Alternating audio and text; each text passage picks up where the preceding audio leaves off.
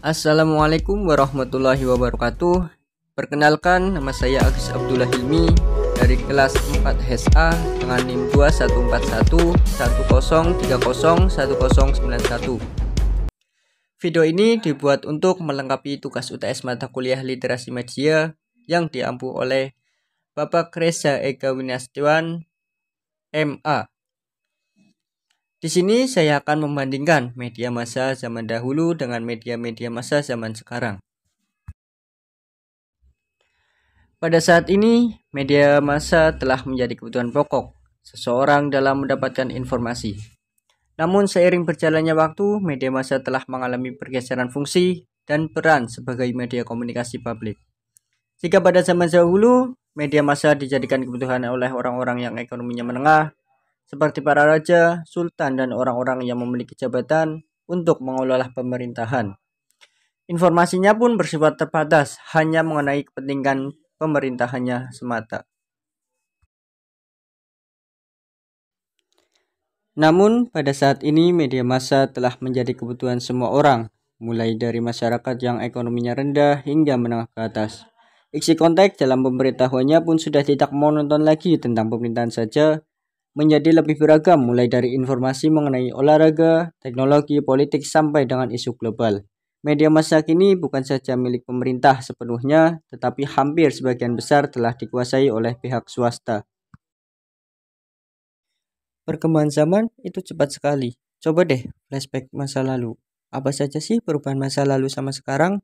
Mungkin nggak akan kelar membahasnya, soalnya banyak sekali yang berubah. Misalnya ada beberapa hal yang zaman dahulu ribet untuk dilakukan dan sekarang sudah dipermudah dengan kemajuan teknologi. Contohnya ada radio untuk dengerin musik, TV untuk menonton, kalkulator untuk menghitung, telepon rumah bisa digunakan untuk menelpon, dan yang mengirim pesan harus ada alatnya lagi untuk mengirim pesan, yaitu faxer. Dan ada lagi kamus elektronik untuk menerjemahin bahasa Indonesia ke bahasa Inggris. Sudah kebanyakan ribetnya. Nah, sekarang sudah di satu perangkat, yaitu handphone. Jadi tidak perlu membeli barang-barang yang lainnya. Yang selanjutnya adalah peta. Dulu kalau ke suatu tempat, pasti nggak akan ketinggalan membawa peta. Atau nanya sama seorang untuk menanyakan alamat. Dan sekarang nggak usah ribet-ribet lagi bawa peta untuk kemana-mana, karena udah ada handphone yang di dalamnya udah ada fitur Google Maps, biar nggak nyasar dan nggak perlu lagi buat berhenti di jalan untuk menanya alamat. Jadi kelebihannya adalah mempermudah komunikasi dan interaksi sosial antara manusia. Dengan adanya teknologi komunikasi seperti perangkat handphone ini, akan lebih mempermudah interaksi sosial antara manusia, baik itu saudara, tetangga, teman, dan sebagainya.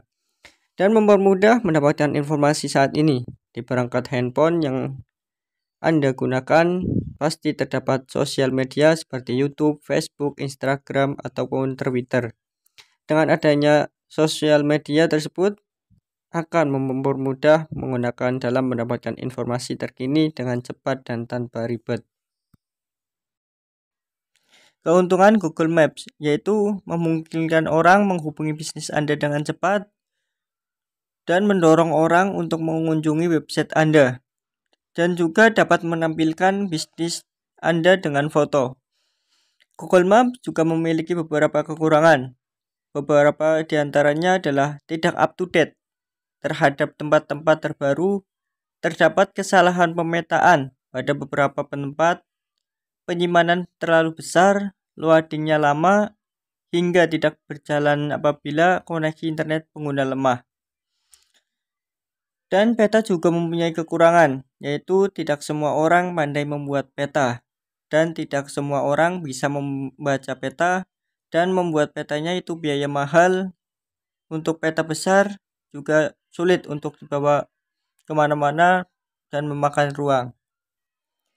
Itulah perbandingan antara maps dan peta. Sekian dari saya. Wassalamualaikum warahmatullahi wabarakatuh.